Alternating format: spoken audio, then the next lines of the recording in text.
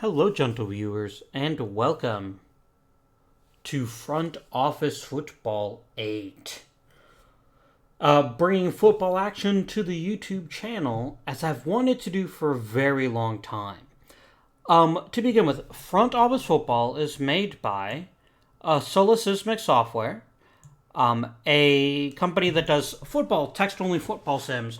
Another one of their games that might come to the channel at some point is Front Office Football The College Years, which I'm really excited to play. I just picked it up today, and I'm hoping that it'll be as great as Front Office Football 8 is, and fill the hole that was left when EA and the NCAA decided to basically screw everybody over so they could make a couple extra bucks.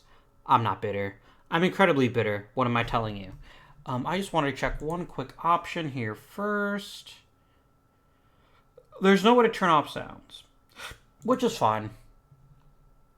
I could just mute the game if I needed to, but I wanted to show you guys a couple things before we actually get to the game in case you buy your own copy of Front Office Football 8. I want to set a couple of expectations right away. Although Front Office Football has joined Out of the Park's developments, this FOF8 really does a great job of the NFL, but can't really make non-NFL leagues work. At least games not set up similarly to the NFL. There's also no history, which means that if we look at a player, we won't be able to see their all-time stats, I don't think. We can look at that later on. So one thing a lot of people want to do when they start their first game is to go ahead and set the franchise nicknames. And I've already done that for you. I come up with a bunch of fake names, which are pretty funny. For those of you who know your football teams, a couple of teams are going to look slightly off, namely the Jets and the Chargers. This is because, for whatever reason, the game can't handle there being two cities that are the same. So even though the Chargers should be in LA, and the Jets should be in New York, they decided to go with California Chargers and New Jersey Jets, which is totally fine. Everything else is accurate, but it's those two specific ones that are a bit troubling. Yeah, Raiders are in Oakland. Now, my recommendation to you for your very first game, the depth chart, maybe you can run yourself, but you definitely want to let the coaches run your playbook and your game plan. I've played about 4 seasons of this, and I pretty much know how I want to play the game, so I'm totally fine with that. Don't feel the need to ever pick yes to this, though. We always want detailed information in the game logs. And this is when you decide you want to play. You can pick from all of your plays if that's what you want. So we're going to go ahead and make a brand new franchise. So you pick your team. We need to actually name ourselves. John Gregory. Just as an OTP 19, I used a Russian naval admiral's name, anglicized. This is one as well, for Ivan Konstantinovich Grigorovich, who was the Russian naval minister for World War I, up until the onset of the Soviet Union. Excuse me, the Bolshevik Revolution. The Soviet Union comes after that. That's enough about that. So you have 3 options when you start a brand new game. You can start a brand new draft. You can start a so-called preference draft, in which case, instead of drafting manually, you just set preferences and then the game auto-drafts, or we just do this. And we go ahead and say, you know what, this is fine. We'll just play with the basic draft. There's an alternate player file in case you want to make your own rosters. There's a random new player file. Only works in the draft. Coach names, sure. Full X factor when loading player file, sure.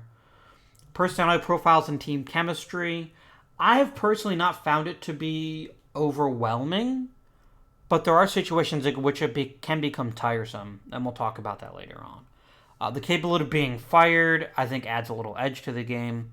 I don't want to begin with a level economic playing field.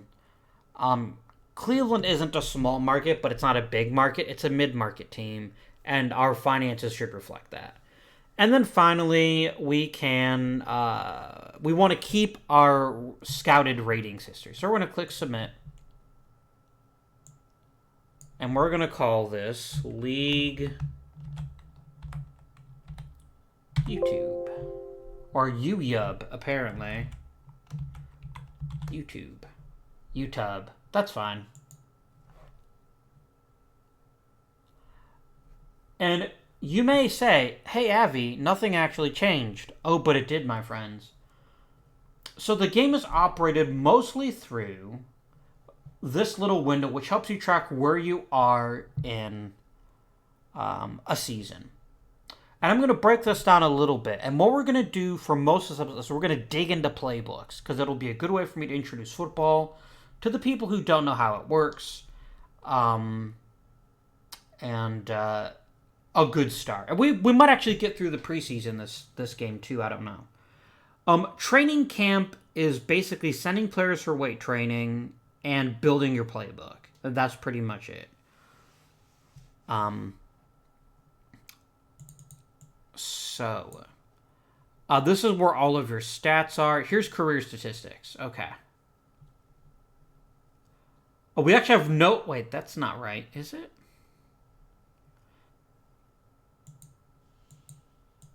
Yeah, that's the... Yep, it's just as I suspected. It doesn't actually keep track of career stats before. It will going forward, but basically this means that everyone is basically the same. And yeah, changing that's not going to make a difference because no one's played any games yet. Team history. You notice the graph is just not there. So that's fine. That's fine. Team performances, again, all starting from 0, which is totally and utterly acceptable to me. You've got the blue book. This is for stuff with your stadium. There's a bit of that in this game, but it's not a huge part of the game. Oh, we actually can't change the prices this time. To be frank, I kind of don't mess with this very much. You can if you want to, but I generally don't. And then this is a handy thing. This is what you get if a player gets a franchise tag. So it's all in the blue book. Awards, again, it's all blank. Records, yearbook. Chronicle, this is cool. This tells you how you got all of the players on your team, which is very nice. Average age, unit cohesion. We're okay across the board, but we're not really great at anything. That'll get better. Sweat Socks is Hard Knocks, which is, yeah, that's pretty fun. A journal, quarterback comparison.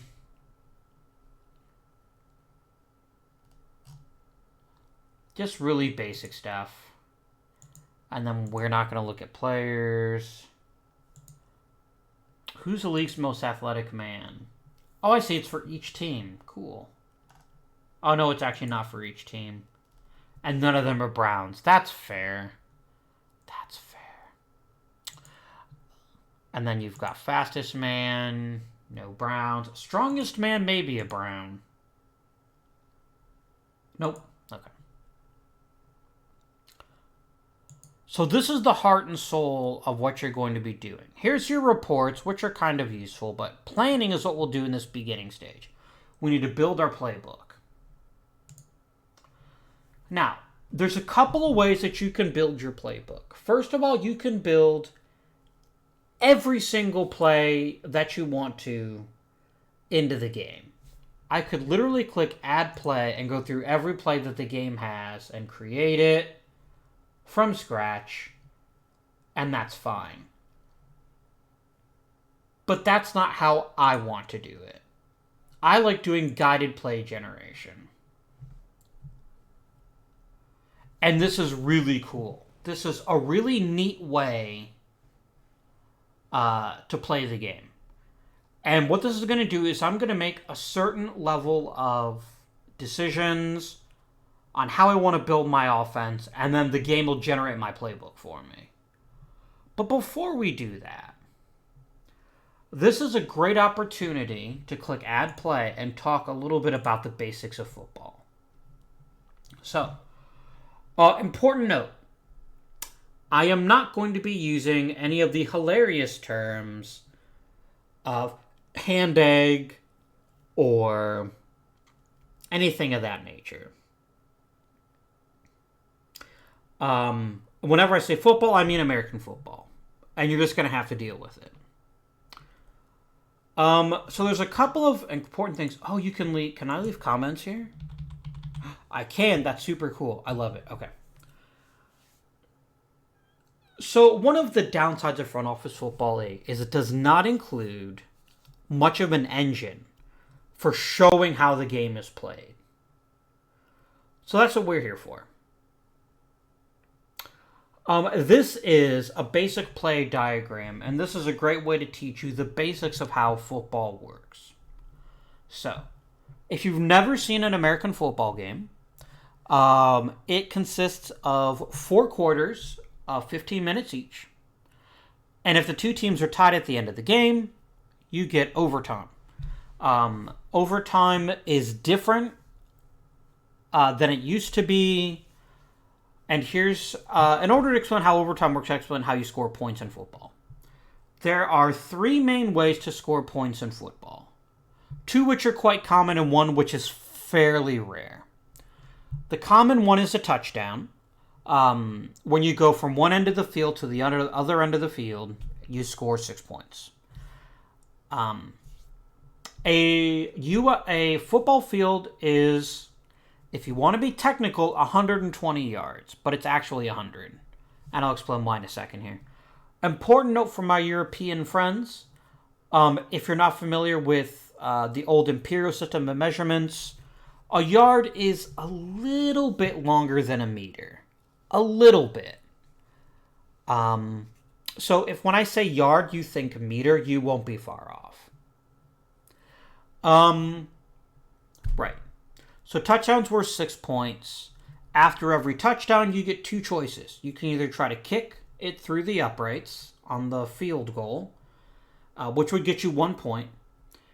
And it is, and I'm trying to remember, I believe extra points are 29 yards.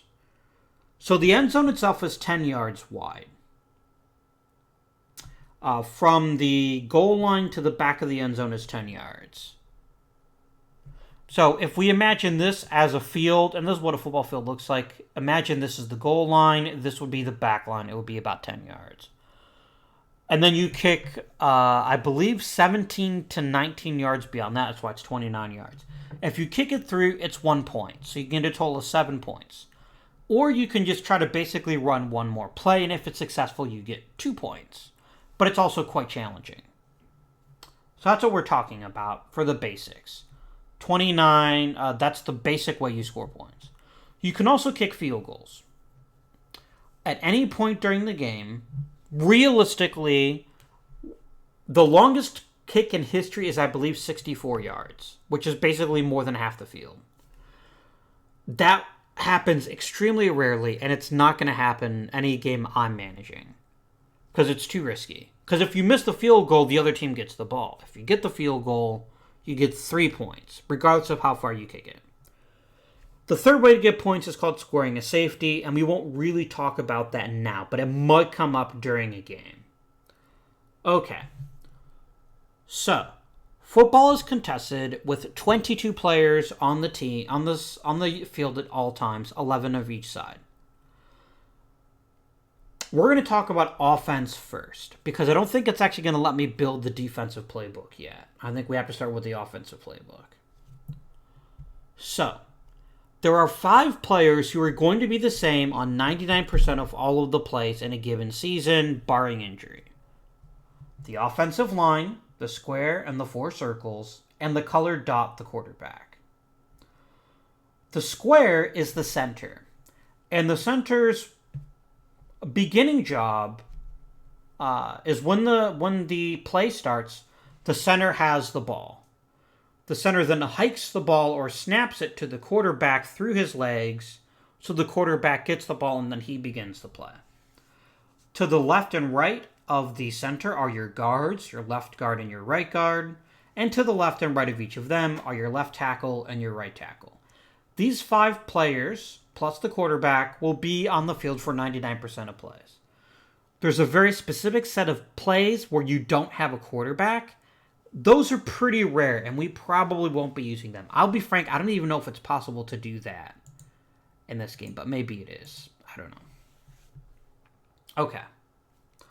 So that's 6 of the 11 players accounted for in almost every play.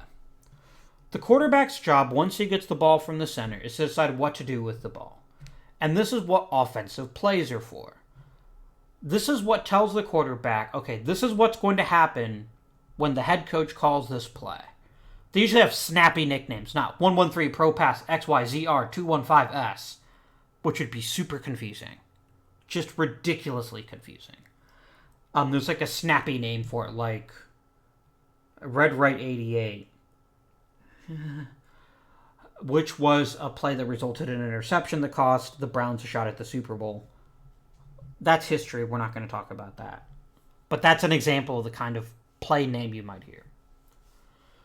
So the quarterback knows what the play is because every quarterback has a headset in his helmet. And the coach tells him, this is the play we're calling. So the quarterback is expected to remember this. Some of them have like a little thing on their sleeves. And this is what they would be seeing. Now, this isn't everything, because you don't know what the line is supposed to be doing, but you don't have as much control about that at this point in the game. We might be able to change that later on, but for now, that's what we're looking at. The offensive line has one job. Keep the quarterback from getting hit, and then once the ball is either thrown or handed off, to basically attack the defensive players to allow your players to make a big gain on the ground or through the air. This is why the center snaps the ball between his legs. If he turned around and handed the ball to the quarterback, that would be safer for the quarterback, but harder for the center to be in position to actually block when the defense attacks. This green line here is called the line of scrimmage. There's a couple of rules about it that we don't really have to be concerned about. But for now, knowing that it's a thing is worth knowing. So who are the other 5 players on the football field for the offense, if the other 6 are generally always the same? These typically fall into 3 main groups: running backs, wide receivers, and tight ends. A running back is like our friend here, letter A. Running backs run the ball. And there's 2 kinds, fullback and halfback, that we don't really need to mention the names for because it's super confusing. I'll just use the term running back, and as we play through the game, I'll explain the difference if it becomes necessary. I don't even know if we even have a fullback. Typically, 1 or 2 of your players will be a running back. Every once in a while, there will be 3. So how do I know in football front office football 8, what the personnel are? That's what this 113 is. The first number is always a number of running backs. The second number is always a number of tight ends. The third number is always a number of wide receivers. So if I pick, for example, 1-2-2, 1 running back, 2 tight ends, 2 receivers. If I pick, we don't have the full house formation. That's fine. No one uses it anymore. Oh yeah, we do. No, we don't. That's not full house. Full house is 3 running backs. It's incredibly rare in modern football. Except for the Baltimore Ravens this year. They ran it quite a bit. It's really good if you want to run the football, but it's pretty shit for passing the ball. And the modern NFL is a passing league, first and foremost. But 113 is a pretty common formation in the modern NFL. You've got 3 receivers, a tight end, and interesting. The 3 is receivers in total. I got you. Yeah, because we don't have a slot receiver. We have a slot receiver. He's back here. I didn't see him. Okay. So the running backs can basically do everything on the field. In this particular play, his first job is to protect. So he's actually going to act as a blocker. You're going to want your running back to block if you think the other team's going to send a lot of people after the quarterback. He offers a little bit of extra protection, and that's a good use of your time if you think that might happen. Okay. Running backs also run the ball, and what happens in that scenario is center snaps the ball to the quarterback, and then the quarterback gets the ball to the running back. There's a few ways he can do that. More often than not, they just turn around and hand the ball to him. Let's show you what a running play looks like. So we're going to change this to run, and there we go. So here's our running back, and this is actually not a great running formation. Let's run it as I formation. Perfect, because this puts the running back directly behind the quarterback. So what happens is center snaps the ball to the quarterback turns around, hands the ball to the running back, and then the quarterback gets out of the way. And that's a running play. Here it says that there's basically two gaps that he can run through between the guard and the center or the tackle and the guard.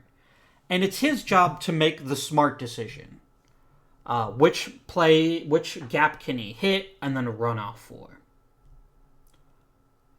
So this is a basic running play. You can say it's called I run 2, 3 because of where the gaps are. The 2 gap and the 3 gap. Wait, is that right? Or no, or is it 3 gap 2? Is it the 2 or the 3? I don't remember, and it doesn't really matter. We can change it. We can also tell him, I would like you to run around the right end. And here he's going to try to fit himself in this area around the tight end. So there's lots of different ways you can run the ball. It is possible to have 2 running backs. And that's what we have the fullback comes in.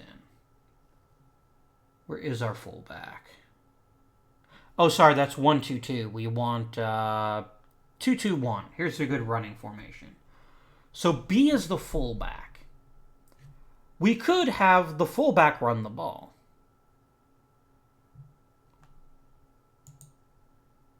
Yeah, this is actually not possible. We'll talk about end arounds here in a second. So either the running back, the halfback, or the fullback can run the ball. Why is the halfback behind the fullback?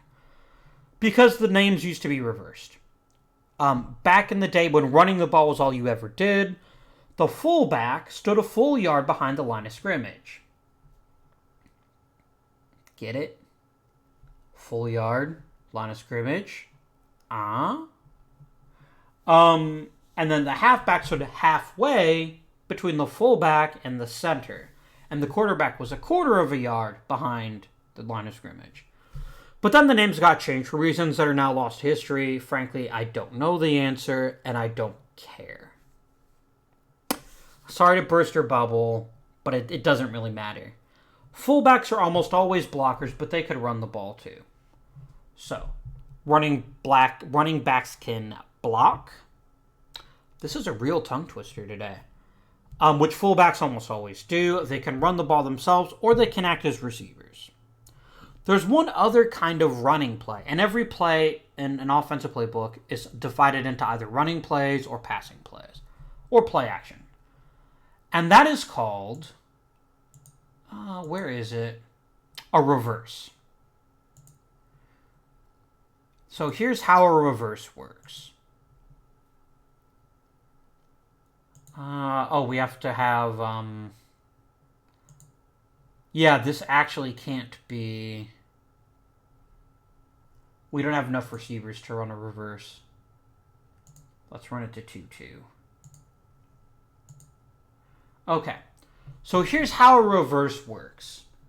When the ball is snapped, this receiver is going to take off and run this way. In the backfield, behind the line of scrimmage, he's going to run this way.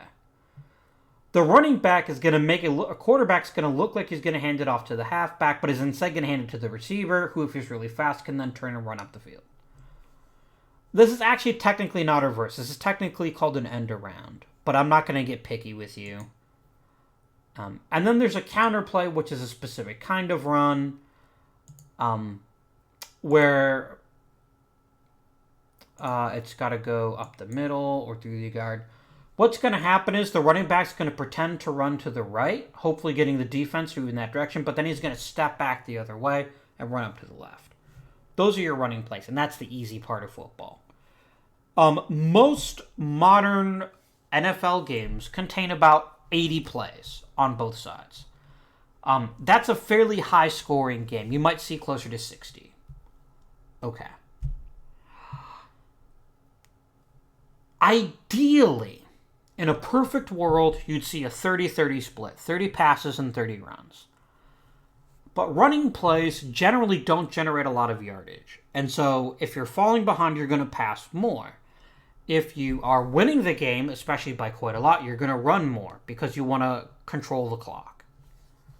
That's the basic strategy of modern football.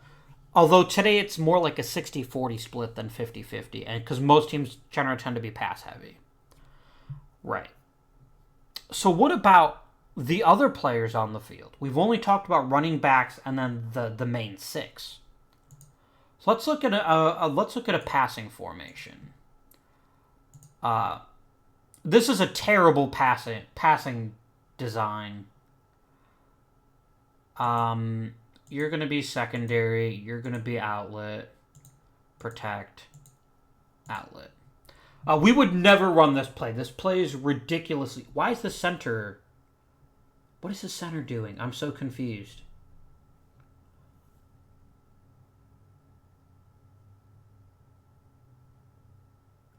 What the... What?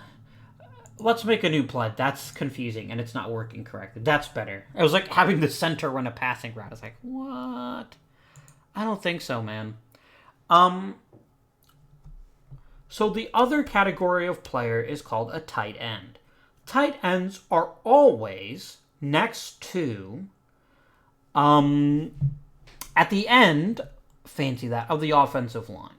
And plays can either have 1, 2, 3, or 0 tight ends. And it really depends on your formation. In this example, we have 3 receivers and 1 tight end. Now, tight ends can block and tight ends can catch. In a very rare set of plays, you also have what we call a H-back, which is where you have a tight end in the backfield, which is super weird. But can be a pretty amazing play in the right circumstances. Do we have the split backs formation? No, we don't. That's all right. What's in between weak and strong? Let's look at I formation. You won't be able to tell the difference, actually. Oh, here we go. It's just where the running back is stationed. If there's 2 backs, only the full back moves from side to side. And then there's I formation, because it makes a little letter I. If you start at the center and go down to the halfback. And then there's empty, which is just there is no running back. So we'd have to change this to like this, for example. In that case. This is a stupid play too, but, you know, again, we're just trying to learn the game right now, and then we'll actually start talking about how I'm going to build my playbook. The last group of people are wide receivers, and wide receivers can block, they can catch, and they can run, like when you saw the reverse play. Front Office Football 8 uses a very old way of terming their players. They namely have something called flankers, split ends, and slot receivers. The R here is the slot receiver. Z would be the flanker, and X would be the split end. Almost nobody uses the term split end anymore, and I'm just going to call them wide receivers. The letters are commonly used, though, Z, Y, and X. Z is always your primary receiver, who's generally going to be on your right-hand side. If you're a right-handed quarterback, or on your left if you're a left-handed quarterback. So Z is generally going to be your best receiver, although not always. Like in this case, our primary receiver is the X. So how does a quarterback know what to do? This tells him exactly what he's supposed to do. So, a game starts, quarterback face, gets the ball, it's a passing play, What's he supposed to do? His first read is what we call the primary receiver. In this case, it's the X receiver. And he is told, this is your first guy. If he is open, throw the ball to him. He's running a route called a slant. There's also other different routes, but we'll start with slant. What this means is the wide receiver runs up the field just a little bit, and then he's going to cut. So he's going to be running diagonally down the field. It's a very, very quick pass route, which is why this is a good West Coast play, which we'll get to later on. So receiver runs up the field just a couple of steps and then cuts. And the target is 5 to 8 yards. So he should be expecting to catch us 5 to 8 yards out. Let's talk about some of the other routes you might see. A dig. A dig basically is not a cut at all. Like, he might put 1 foot forward, but then he's going laterally across the field, horizontally. That's a dig route. These are good for short yardage, or if you've got a really fast receiver, you get him the ball where there's no defenders, and then he just takes off with it. Then we have out routes. Out routes, they go down the field a couple of yards, and then they turn to the left if it's an out, or to the right if it's an in. I don't know why we can't call an in route here. That's kind of weird. Yeah, why can't we call an in? That's really weird. Huh.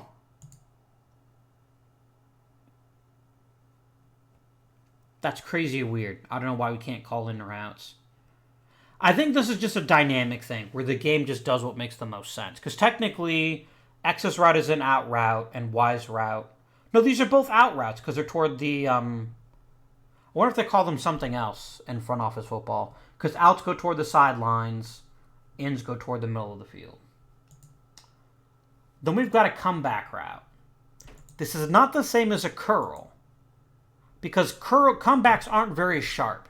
What happens is you run up the field, you kind of turn around, and you kind of come back toward the field. Come back toward the quarterback. But it's not sharp. It's very gradual. It's not designed to fake out the receiver. Basically, a comeback route is simply, I'm looking for a hole in the zone, and I'm just going to sit there until you see me. Okay. Number 4 is the curl route. It's not easy to tell based on this. A curl route has more of a snap to it when the player comes back. A really tightly run curl, you basically act like you're running as fast as you can. Oh, the corner takes off. And then you cut back toward the ball.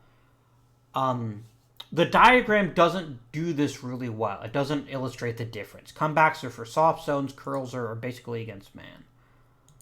Then we've got deep outs and deep ins. Which are just ins and outs, but they're farther down the field. The corner route. Player runs up the field and then makes a sharp cut a few yards down the field to try to shake the defender, and he's going to run toward the sidelines. A post is the opposite, and is toward the middle of the field. Then we've got a fade route. Fade routes are not streaks. Although it looks like for these purposes they call them more or less the same thing, which is very confusing. Because what makes the difference between a fade and a streak is you just run down the field as fast as humanly possible. A fade, you start to fade in one direction. Like, you don't run straight. As you get toward the end, you fade toward the corner of the end zone. I wonder if if we change to shotgun, if it opens up new routes. It does not. That's fine. So normal shotgun and pistol are how far the quarterback stands behind the line. And pistol is between shotgun and normal. Okay. A deep fade is just a fade route that just goes farther. Nothing fancy there. Wheel routes are very strange, but if they're executed well, they can really fake out a defense. In a wheel route, you run either to the left or to the right, and then you cut upfield. But it's rounded like a wheel. They only do straight lines here, so it's harder to tell. But it's like you're going like, whoop, it's a very gradual change in direction. And it's a sneaky route. Because it's so rarely run that they're just like, oh, he's just cutting out to block. Hey, wait a minute, he's running down the field. Screenplays. We actually have a screen guy on this, which is our slot receiver. Screenplays can be dominating if the defense isn't expecting it. What happens is all your receivers basically run down the field except for one. This is when you see all these people running down the field and you basically have the offensive line pretend like, oh, we're... And then... Okay, let's see. We'll try to see if we find design screen. This is not a design screen, but I'll explain how the screen works. So what happens is you have all your receivers run out down the field. But they're not the primary targets. They're the trick. Because you want to get all the secondary looking in the wrong direction. And then you have the offensive linemen shift in unusual places. If the other team is really smart, when they notice the offensive line not just sitting back, that's a pretty big warning flag. You almost want to make it look like a running play, if you can. So the opponent is blitzing. They're sending all their defenders rushing towards the quarterback. The quarterback waits the last possible second and then basically just flips it to a receiver that's sitting in the backfield, hopefully unnoticed. And then everyone is out of the line of scrimmage. The guy to the screen gets the ball. He's off to the races. Screens, when executed well at an unexpected time, are just brilliant ways to move the ball, and they're almost never expected. And then finally you have a flat, which is one of the most boring routes. There's almost no vertical to it. It's purely horizontal. So those are the routes available in Front Office Football 8. So that's offense. Your offensive linemen, your quarterback, your running backs, your tight ends, and your wide receivers. There's one minor variation. If you see like 113T, it's because you have okay, why is this not running correctly? Because 113T, what the?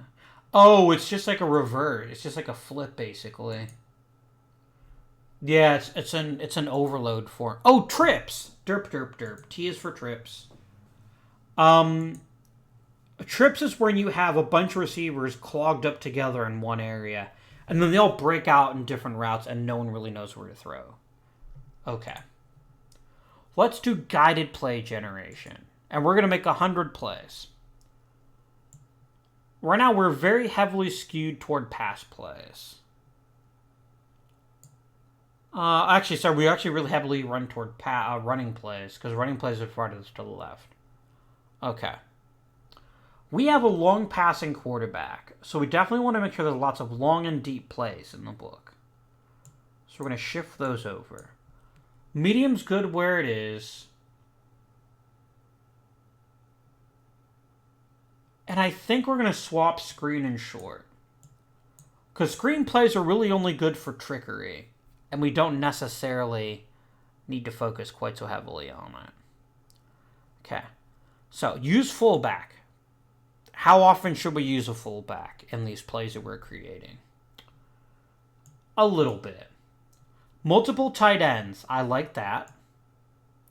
But not quite as much. Trips receivers, that's kind of a gimmick thing. I don't like running trips as much. Shotgun versus pistol.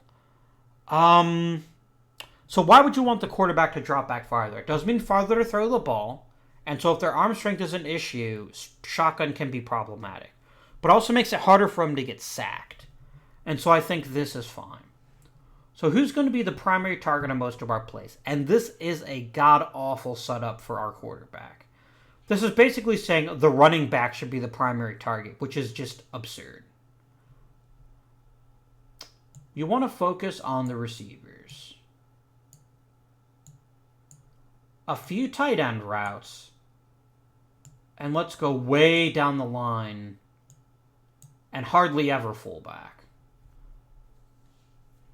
We'll do split end and flanker about even.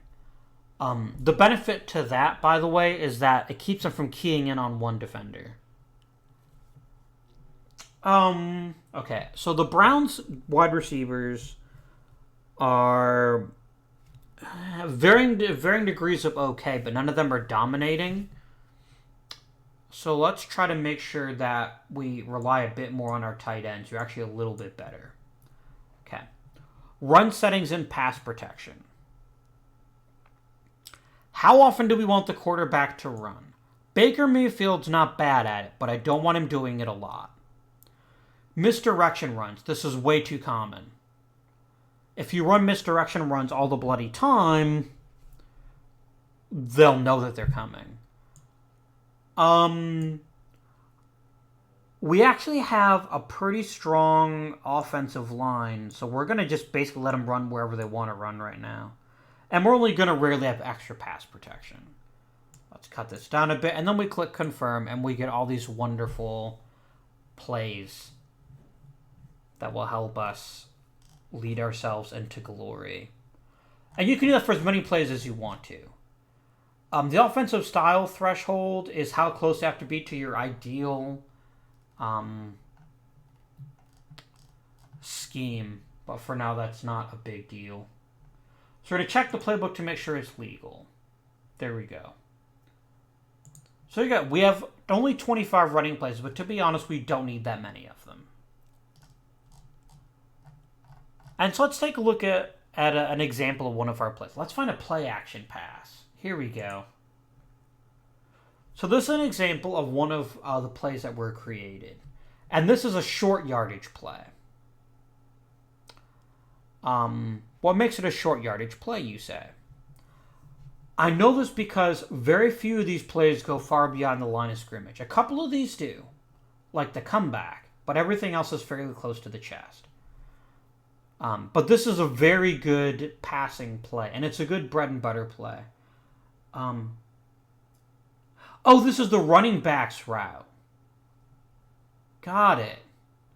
So yeah, it looks like the center's making play. It's actually the running back. It just didn't draw the line back far enough.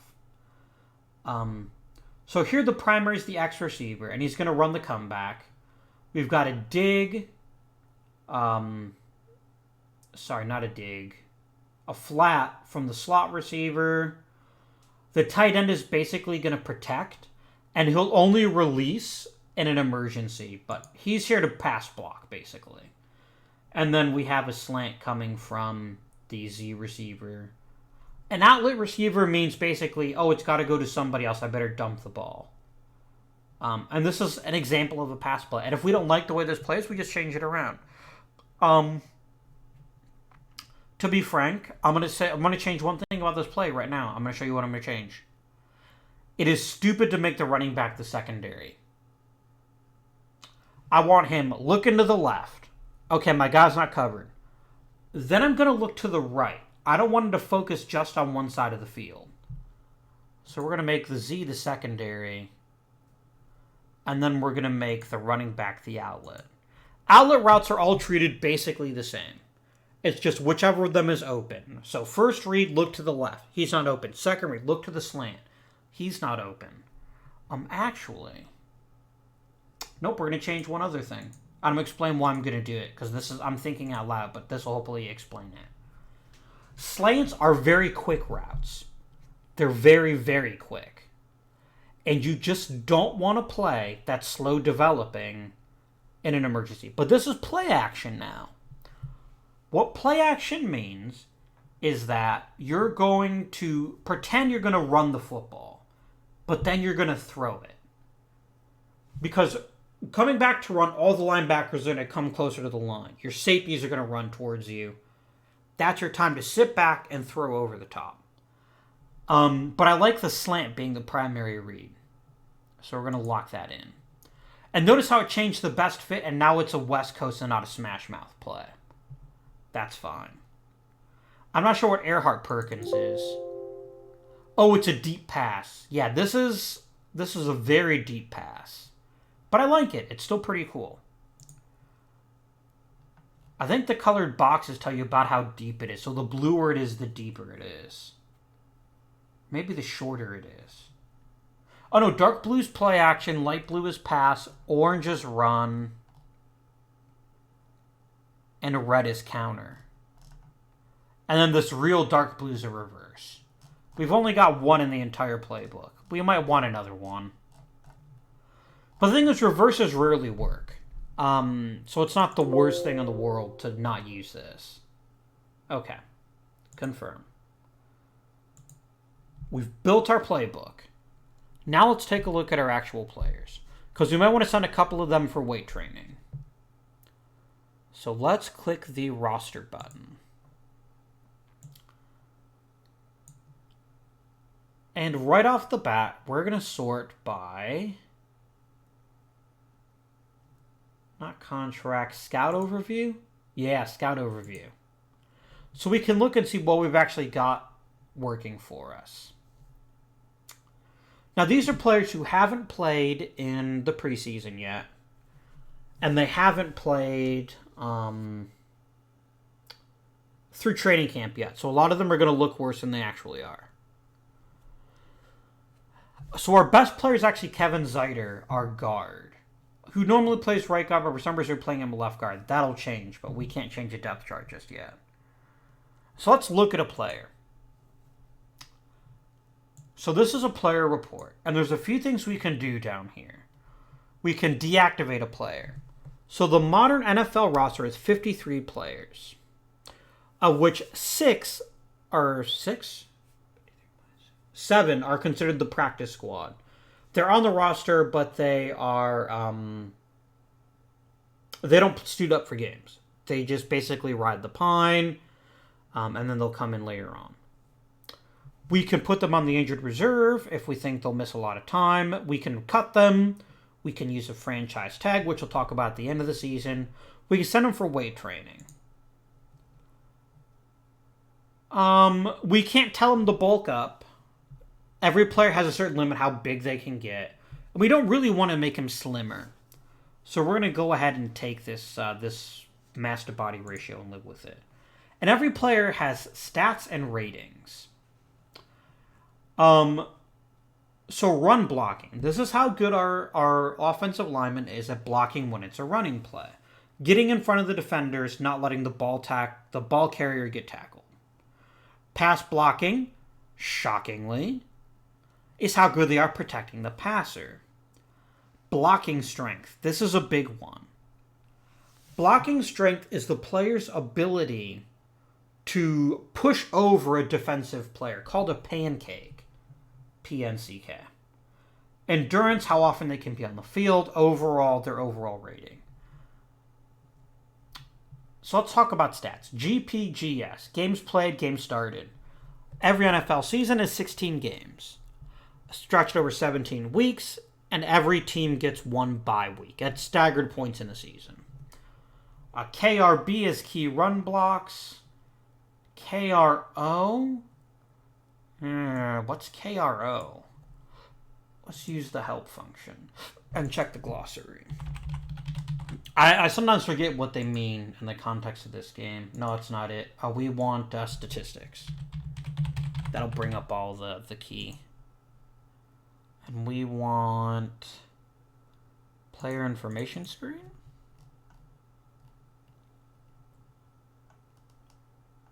Statistics. Yeah, we also have a scouting box. That's fine. It's not listing statistics. Where is it? Not career player statistics. This is fine enough for now. We want to look at blocking. Oh, key run block opportunities. Okay, and then RB is run key run blocks. And then there's sacks allowed per game, rushing plays on the field, and block opportunity percentage, which is O percentage. If we click on this, it'll show all of his stats. So that's pretty good. I mean, for an offensive lineman, pancakes are good, sacks are bad. That's just how it works. Okay. This tells us where he's most suited on the field. In this case, he's best suited as a right guard, but he can also play center, left guard, left tackle, right tackle. He can really play anywhere, but he's really good at the right guard and center positions. What does all this stuff mean? First of all, health. Pretty self-explanatory, and he won't have any past injuries. Volatility.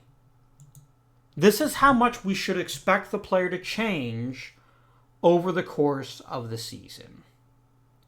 In this case, he's not very volatile, which is actually quite good, which means he's probably going to get along well with people. Solipsismic test, this is a mockery of something called the Wonderlic test in the NFL, which is an IQ test. He's pretty smart. 40-yard dash, how quickly can you run 40 yards? Bench press, how many times can you lift, I believe, 250 pounds? Which is about 120 kilos or so. Agility drill, this is done with cones. You basically run back and forth between various cones. Broad jump, this is how, it's the same thing as long jump. I don't know why they call it broad jump. There's no position drill for guard, for offensive lineman, how developed he is, his loyalty, if he wants to be on a winner. If he's good at leadership, intelligence, personality, popularity, and his current attitude. So this is one player. We've got other cool stuff. He was drafted in the first round, and we can see the other players still in the league. Pretty cool. We can see all the other players from Waukesha, Wisconsin. And it tells you the nearest team would actually be the Packers, or the Bears. Weirdly. And then who drafted him?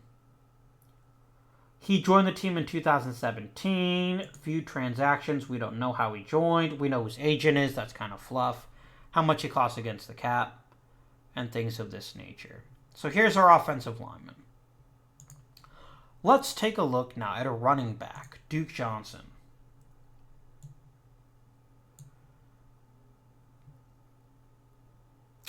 So, he might be useful for some weight training. So he's 5'9", 207. He's not very big. Telling him to bulk up might be a good idea. We'd like to see him get a little bit heavier, just so he has a little bit more power when he's running. In addition to all this lovely stuff, we've got a lot more ratings. First of all, we have breakaway speed. This is how fast they are in the open field. We have power inside, how good they are at running the ball inside. Third down running, how good they are at running on third down, which is both pure running and smartness, which is, hey, where's the first down line? Hole recognition. Can he spot a hole developing in the offensive line and run through it quickly? Elusiveness, shaking tackles. Speed outside, how quickly he gets around the offensive line. How good he is at pass blocking, blitz pickup, how little he drops the pass. How quickly he gets downfield. The ability to run the route correctly. How good he is at catching the ball on third down. If he's good at punt returns or kick returns, he's not. And then endurance, special teams, and overall. If we look at stats for a running back, they're all pretty standard. Games played, games started. Attempts, every time you hand the ball to a running back behind the line of scrimmage and he runs past the line of scrimmage and he runs the ball, it's an attempt. If you throw it to him, it's not considered an attempt. It's considered a target. How many yards? Average is yards per attempt. Long, number of touchdowns, attempts in the red zone, yards in the red zone, average in the red zone. Third down attempts, third down conversions. Percentage of third downs gotten successfully, first down runs for first down, runs of 10 plus yards, and 100 plus yards games. We'll also look at receiving. Every time you throw a ball toward a receiver and it's expected that receiver is supposed to catch it, it's a target.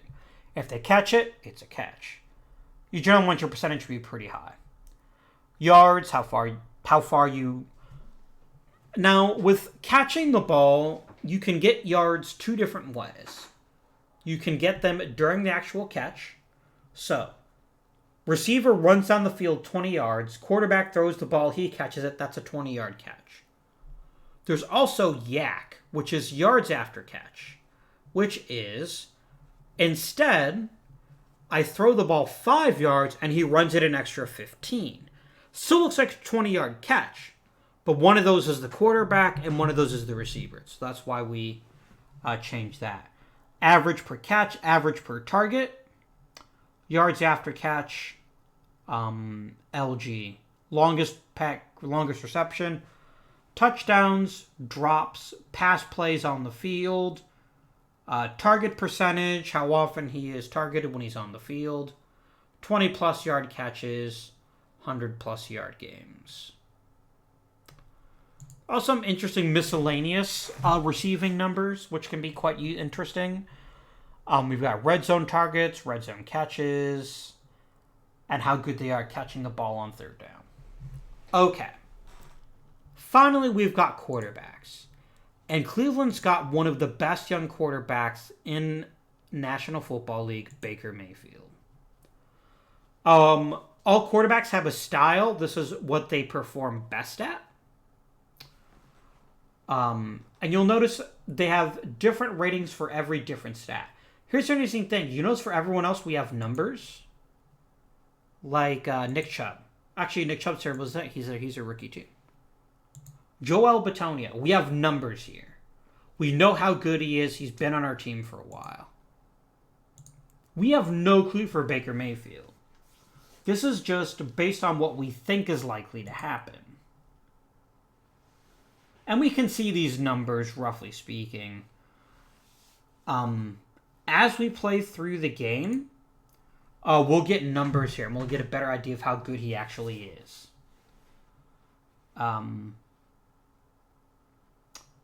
And he's about half developed. So, the cool part about this, I think most of these are self-explanatory. Timing is, I believe, his ability to get rid of the football. Like, ball is snapped, ball's in my hand, ball is thrown. Timing that. Sense rush. Can he sense the fact that the bad guys are coming for him and he needs to throw the ball really freaking quick? How good he is at reading a defense, leading a 2-minute drill, and how often he's going to tend to scramble, which is when the quarterback just keeps the ball and runs down the field. And then finally, how good he is at holding kicks for field goal kicks. Baker Mayfield's not probably going to be doing that. So this is our team. And hopefully that gives you a good idea. Experience, how many years they played in the league. How long their contracts for, when they were added to the team.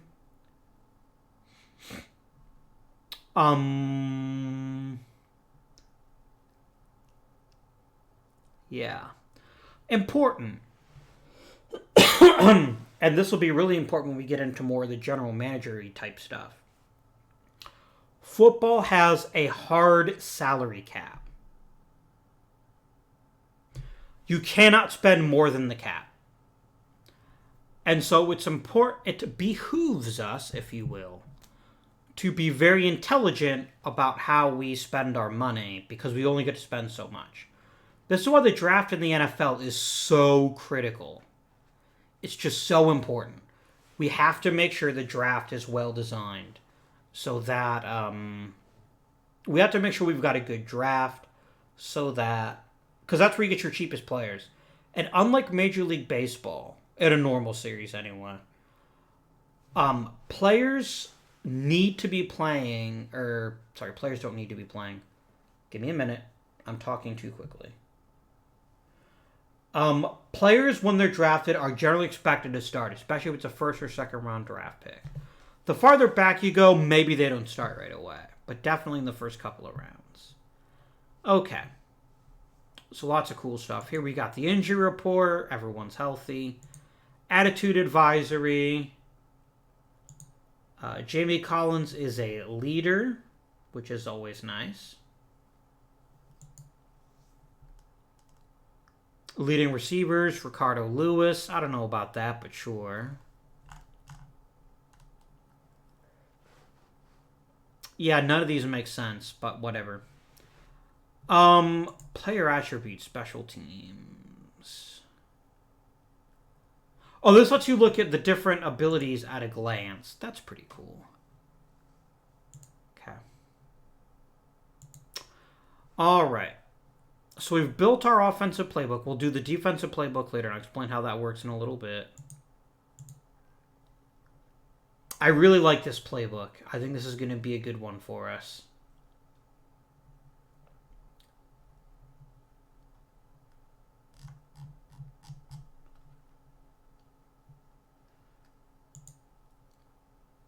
This is a sassy play. I like it.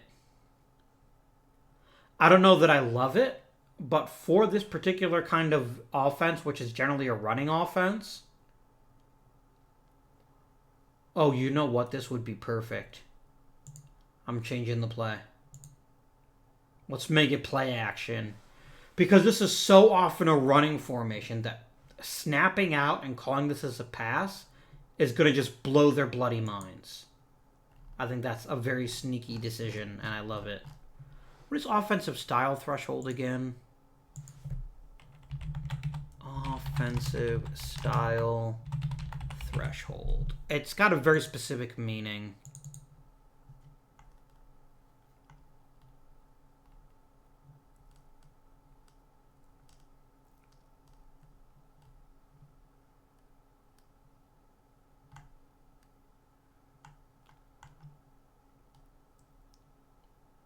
Oh, I see. This is a bonus if it fits the style. Okay.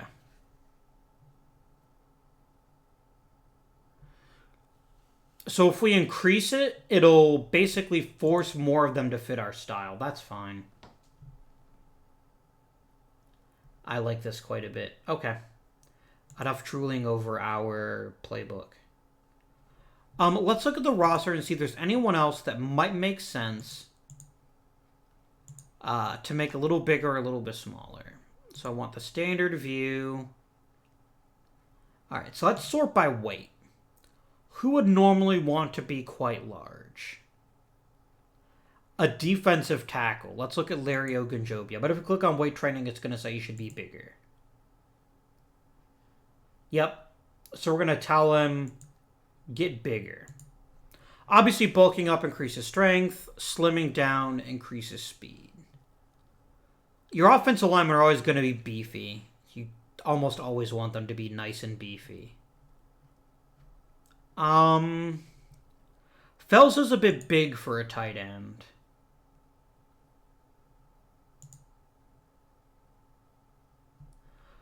But this tells us he's 6'7". We can't tell him to lose weight. He's just going to be a big dude. And that's totally cool.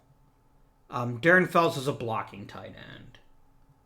With a little bit of catching ability, but not a lot.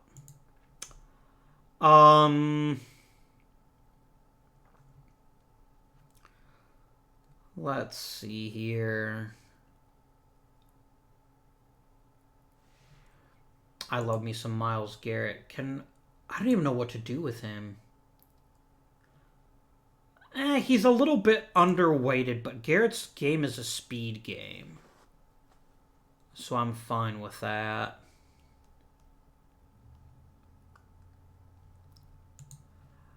Baker Mayfield.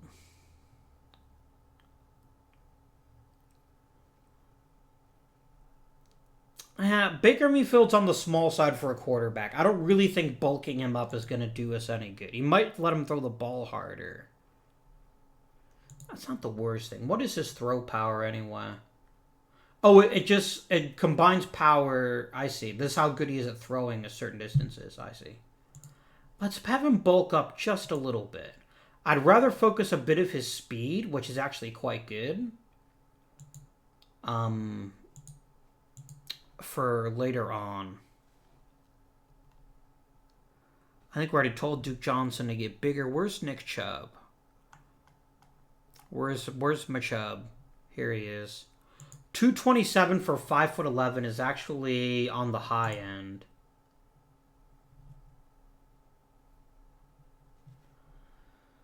I mean, if you look at this, he's kind of more of a power back, but he's also got decent speed on the outside. What do we want him to look like? Okay, I've been telling you something about volatility that might not be correct.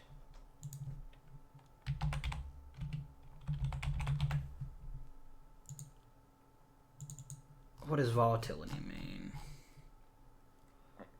Oh, I see, a sharp increase or a sharp decrease. So volatility is both good and bad. That's fine. He's not likely to change much, which is whatever it is. That's really good broad jump, actually. I wouldn't mind seeing him shed a little bit of weight.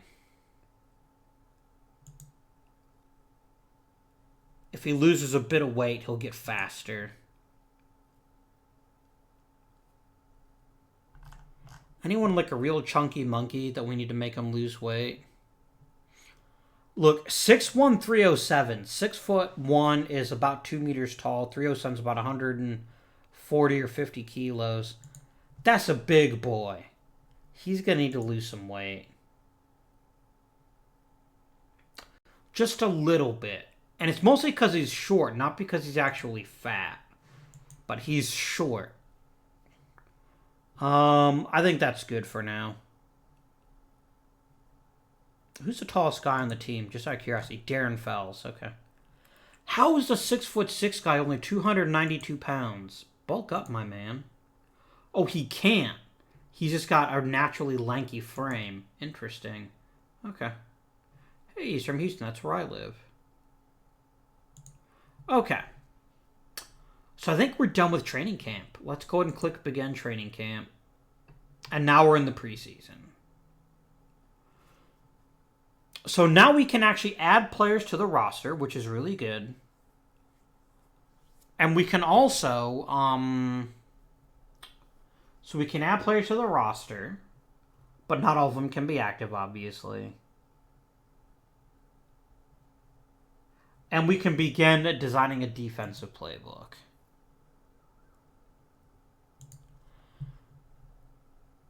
Yes, here we go. Offensive game plan. We're going to use the guided version of this too. No, actually don't do that. Because then it's going to rebuild the offensive playbook, isn't it?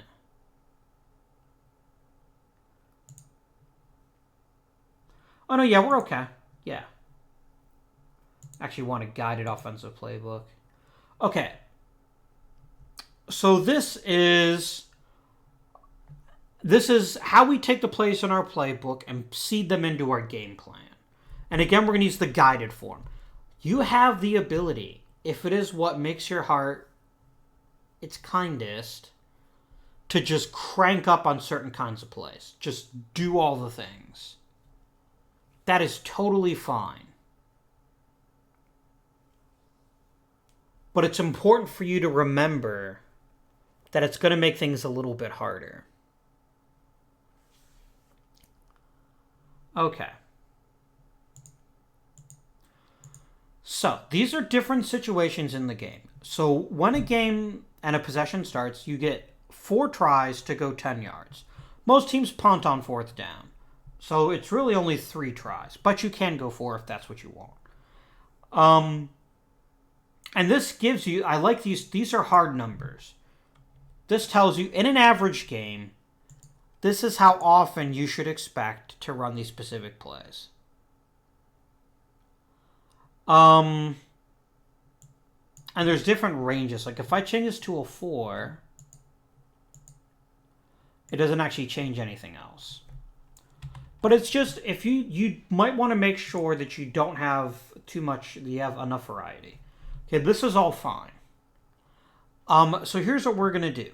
So first, at the time of possession, are we going to run the ball? Are we going to pass the ball? And what kind of passing do we want? We're going to go for less long passing when it's the start of when it's just a fresh possession. 1st and 10 earned. So this is at the beginning of like a quarter, a half after kickoff. This is, I just got a 1st down. Now's the next step. Normal for long passing here. Second, 1 and 2, very rarely long pass. Second, 3 and 5, 3 to 5 yards. This is a good time to bust out your long passing game. I actually love calling play action passes on second down. 6 to 8, you're going to want to more heavily weight toward long passes. And we're going to drop a run play from this formation, because we're not going to be running very often in this scenario. And definitely only one running play here. And again, more for the long passes. Less long passes, less long passes. If it's 3rd and 4th and a yard, I would actually like one pass play just to make sure that we're not predictable. Okay, then the other thing we do is we wait how we're going to play this game. So, if it's a short pass play, who's most likely to be our target? This is what tight ends are made for. We're going to weight our tight ends heavier. Running back heaviest, then the tight ends. Actually, I want these to be weighted about equally, because I like the tight end in the short game.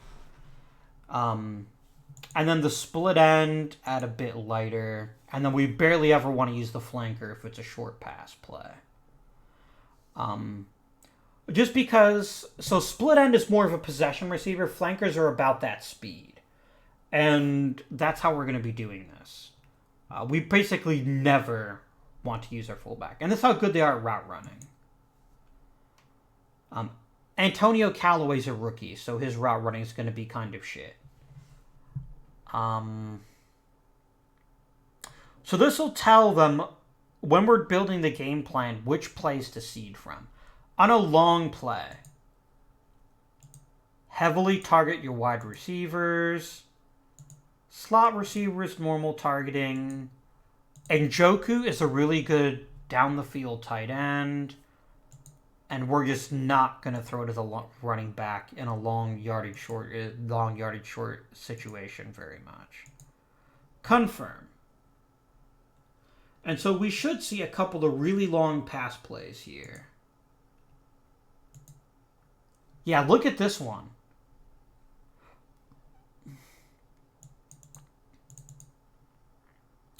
And then you can move it up and down to make it more likely, less likely to be called.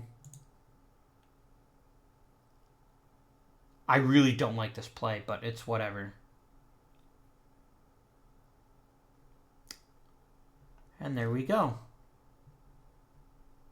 Beautiful. I really want at least one play action pass if it's 1st or 2nd down and 6 to 9 yards. Where's my play action at?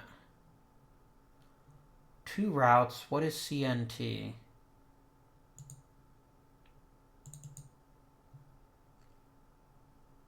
I don't know what CNT means. That's fine. This is a nice medium yardage play. Oh, hey, it's our old friend. I'll remember you. Yeah, dump this play. And we're going to drag in our play action pass here. Oh, you can only use 59 different plays.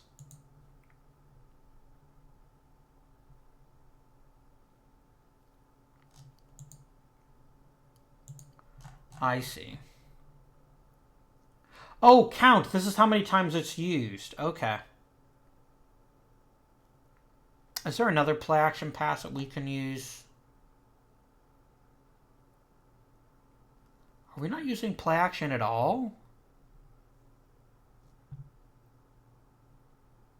That's not great. We definitely need more play action in this. Yeah, I guess we can use this one. What the? God damn it, there's another one we're not actually using. Can we sort by count? Here we go. No, I don't like that one for a medium play. Packed. That's good. You know what? We'll slide in that one. There we go. Better offensive coordinators can actually have more plans installed. But there we go. That's our offensive game plan. Now let's make a defensive game plan. Now, there are fewer options here. But this gives us a chance to talk about defense. So let's talk about this play. Okay. So what is our base? Okay, we have a base 4-3. There are several different kinds of bases, but the two main ones are 4-3 and 3-4. On a 4-3 base, we have 4 down linemen, 2 defensive tackles, 2 defensive ends, and 3 linebackers. Middle, outside, outside. This is 4-3 under, which means one of the linebackers is going to creep closer to the line. And then we have 2 corners, our strong safety, and our free safety. All defensive players have one job, which is to tackle the ball carrier.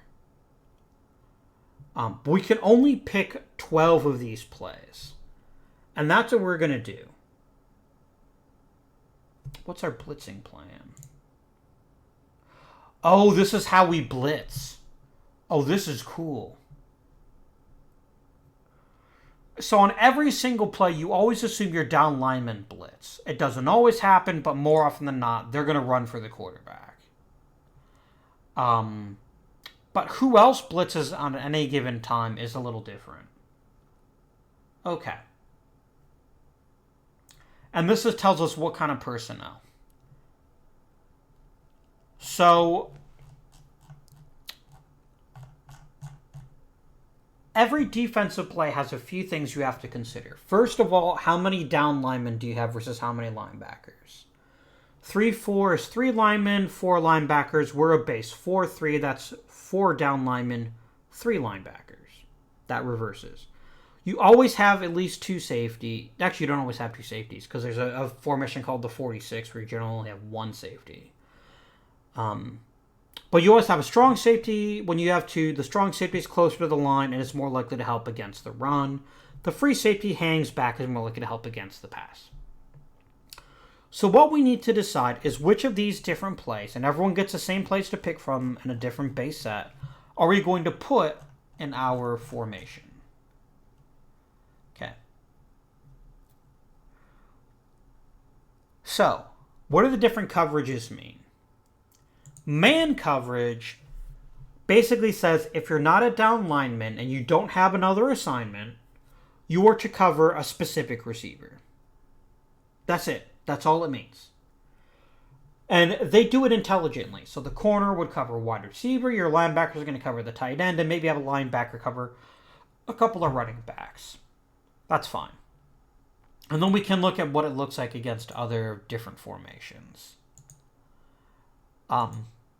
There are variations on the base set, though. If there are 3 wide receivers, you run what's called the nickel.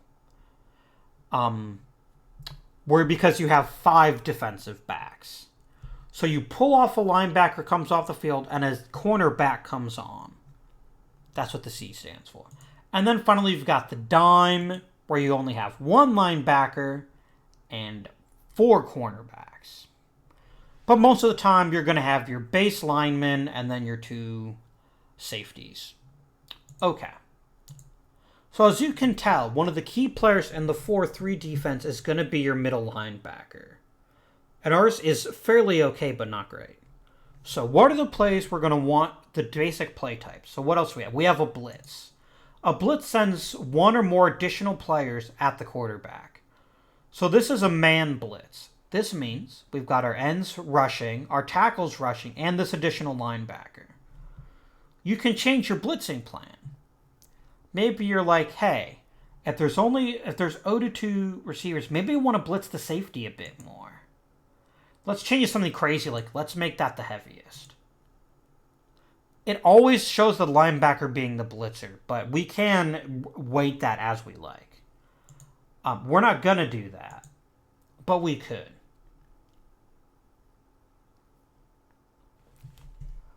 For now, though, we're not really going to mess with it because we need to set our depth charts, and I think that'll be the last thing we do this episode.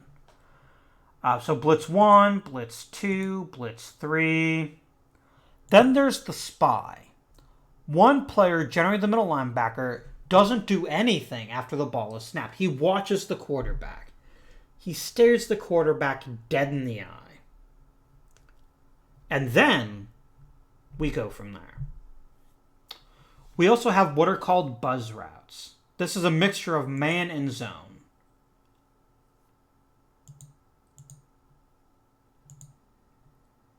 Or does buzz mean something different in this version? Is buzz where you fake like you're going to blitz, but you don't?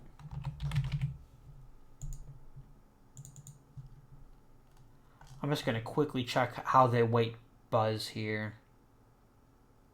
This weight chart's pretty cool.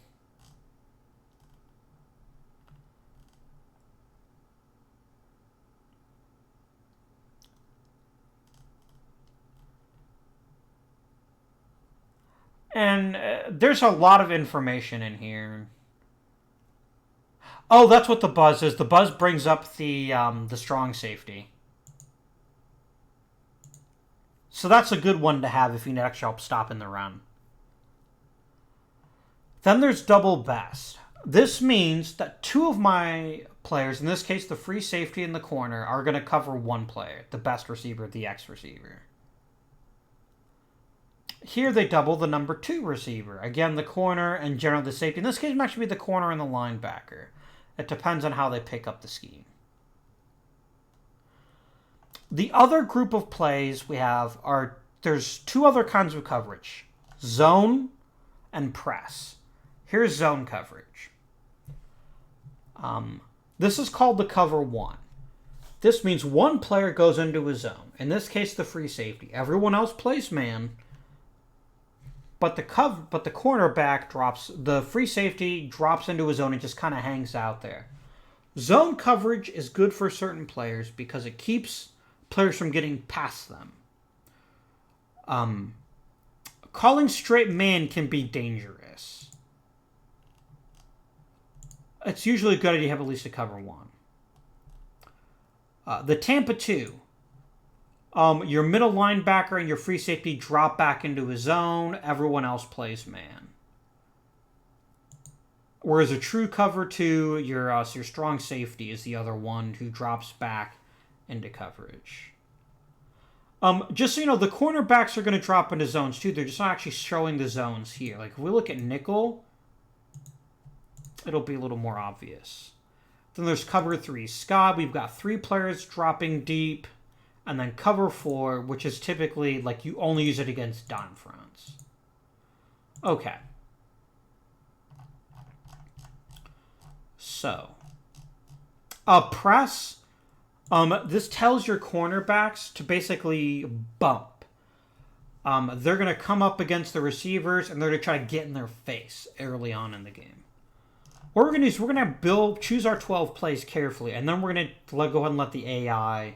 our defensive coordinator fill in the game plan. Because otherwise it just takes too bloody long. We definitely want a man blitz. A heavy blitz. And a blitz 1. We're going to want to use a spy. Oh, these are nasty. I love spy blitzes because what happens is, if I'm a quarterback and I see this front, I'm going to expect the outside linebackers blitzing me. But in this case, the outside linebacker is going to drop back, and that's why the cornerback comes and blitzes. Very nasty. Okay. I would also like to be able to double the best receiver as needed. And double the number 2 receiver as needed. And then we're going to add coverage for everything else.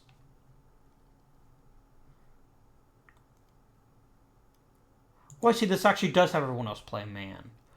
This is a really good play in short yardage. Double your best, have one guy drop into coverage, and then don't blitz. If you're getting beat by one guy, this is a good play to call.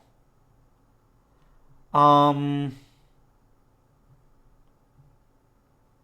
going to call Tampa 2 with a spy. And Tampa 2 doubling the best receiver. It's in between Sky and Cloud. Oh, Cloud has the safeties drop back. Sky has the corners drop back. Definitely do a Sky. Cover 4 is basically emergency situations only. And then let's get a... oh, we have too many man plays, not enough press plays. I'm going to drop that. I'm going to add a press double... Press 1... double best buzz. And then I want one other good coverage play. Cover 2 blitz 1 is actually pretty good. Let's do it. And there's our 12. So then we say, generate my defensive game plan. I do not want you to move my current plays. Oh, no, it won't. Wait, what? No. Okay, there we go.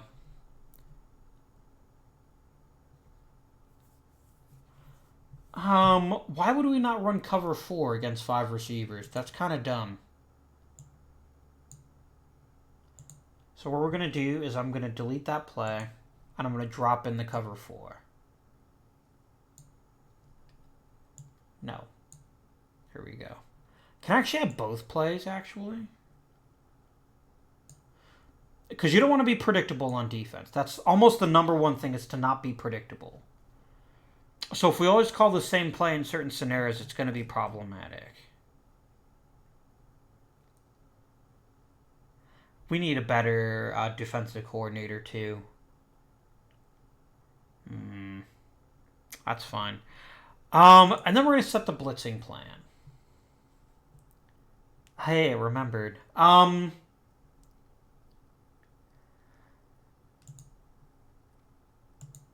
want to make sure that we blitz a fair amount with Julius Peppers, because he's really good at it.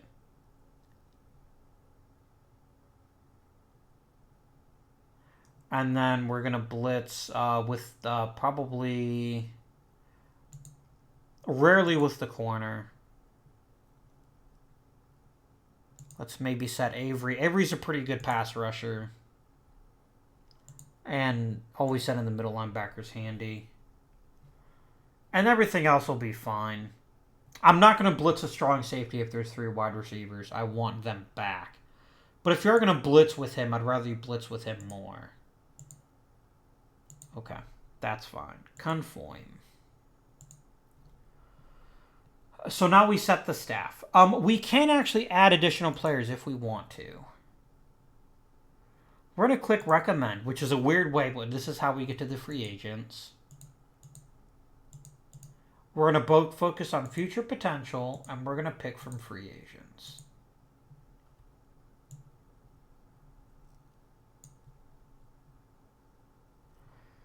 All right.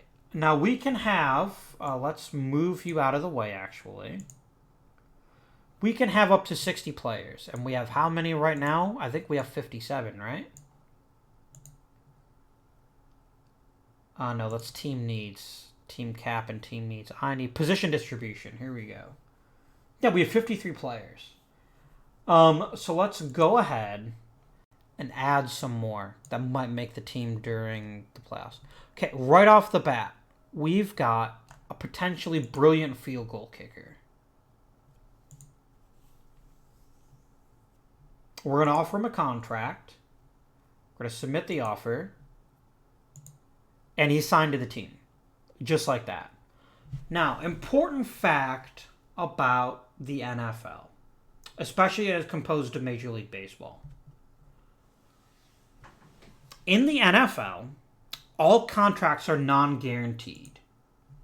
So let's look at someone who's got a nice fat contract so I can show you how they work. Who's got a long contract? There we go. Travis Carey. Here's an example.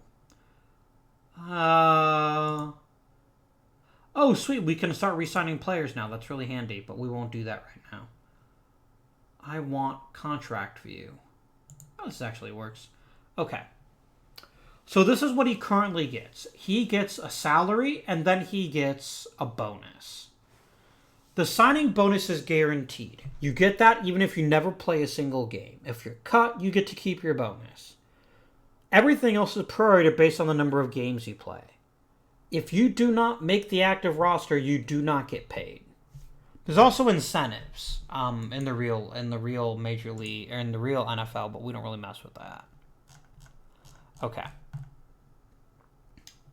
That's a really good kicker, and we just grabbed him. That's really nice. We want to try to grab some undrafted rookies just to fill things out a bit. Okay. He's a really good run blocker, a decent pass blocker, but he's not very strong. But he's got good technique. So notice most of these guys are not going to get a bonus because they're undrafted. They just want a chance to make a roster. And so we're going to sign them and see how they do in training camp. What other positions could we see? We could really use more receivers. Bradley Hansen is a really good route runner who can get downfield but drops the ball a lot. That's kind of bad. Wes Matthews is actually much better. He's not an elite receiver, but he's a solid one. And that's worth a league minimum salary. Richard Wayne.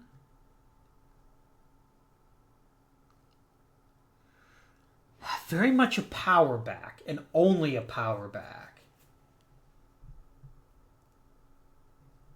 It's interesting, at least. We can offer him a deal. What else could we use reinforcement at? Our cornerback depth is pretty shit. Jackie Money. Really great at interceptions. Good at playing against the run and man-to-man. Pretty bad at zone defense. But good at bump and run. Really bad at play diagnosis, which is meh. Hits hard. Really great at interceptions. I like him. Sign. What about Gerry Kidney? Kinney's a much more intelligent player, but still suffers a bit in zone defense, which is fine because we play a very heavy man scheme. Okay. How many players do we have now? 59. We can have one more player. Let's sort by future potential. Defensive end. Which position is Garrett? Is Myles Garrett a left or right defensive end? Let's sort by positions. He is left. So then actually a right defensive end could be a nice add. Christian Hills. Good run defense. Good pass rush technique and strength. Decent play diagnosis. Doesn't hit very hard, which means he won't generate fumbles. But great on special teams. And you know what? You can always use special teams warriors. Let's add him. And there we go. We filled out our roster. And then we will need to decide who our active players are going to be for the preseason before that starts.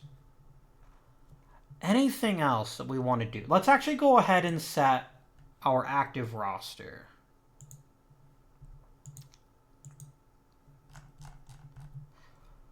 Okay. I am not going to set... I'm going to go ahead and deactivate Drew Stanton. Oh, wait a minute. We actually might be required to have 3 active quarterbacks. No, we only need 2. Okay. All right, running backs. We have 4. I see we have 3 running backs and 1 fullback. They can all be active. That's fine. Tight ends. We have way too many tight ends.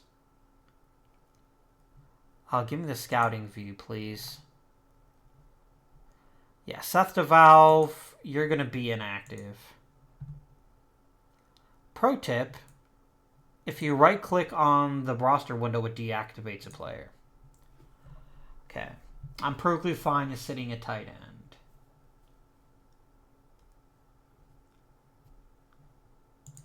We're going to Cleveland Browns again because this will tell us. Okay, we got 59 active players. That is not accurate.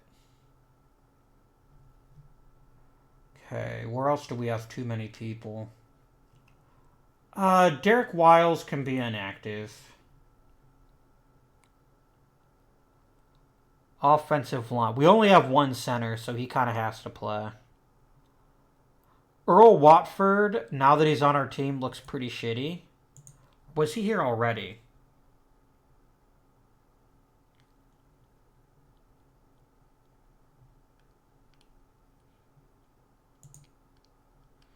Oh, he just happens to be on the roster. He's a pretty easy candidate to be cut.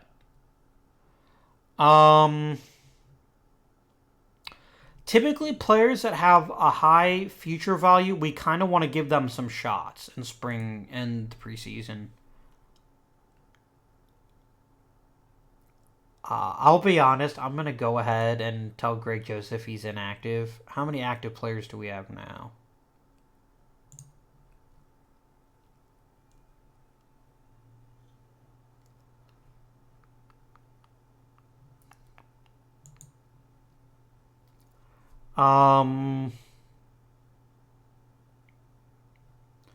Position distribution. We have 54 active players. We still got to set 8 more inactive. Okay, a lot of the players on defense are going to be the ones that go inactive. Chris Smith, inactive.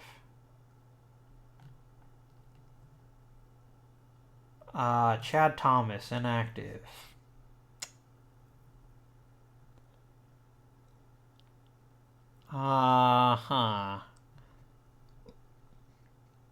This guy, inactive.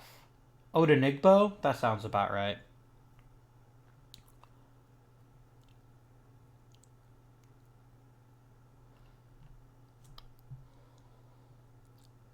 Travis Carey, inactive. Howard Wilson, inactive. Now where are we at? Go away. We can also tell people not to play on special teams.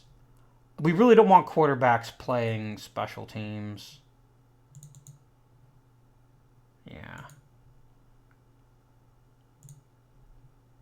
That's a good way for them to get hurt. I love Jabril Peppers. Seriously, I heart him. Position distribution. We need 3 more people.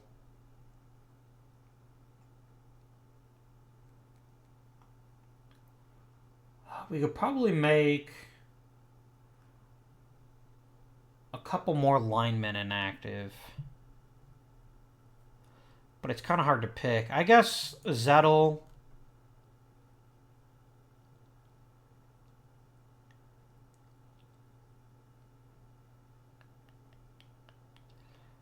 Carl Davis. How many more? Just one more has got to be made inactive. Okay.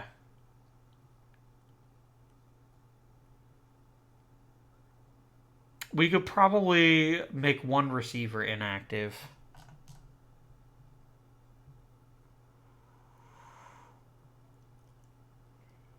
Ricardo Lewis.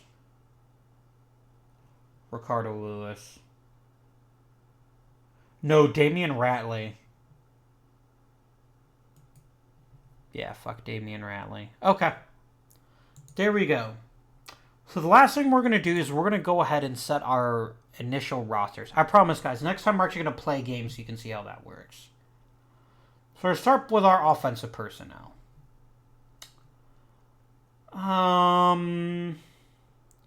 This is fine. And then we're going to go ahead and just pick recommend. I don't know why this game does this. Harrison will be our tackle.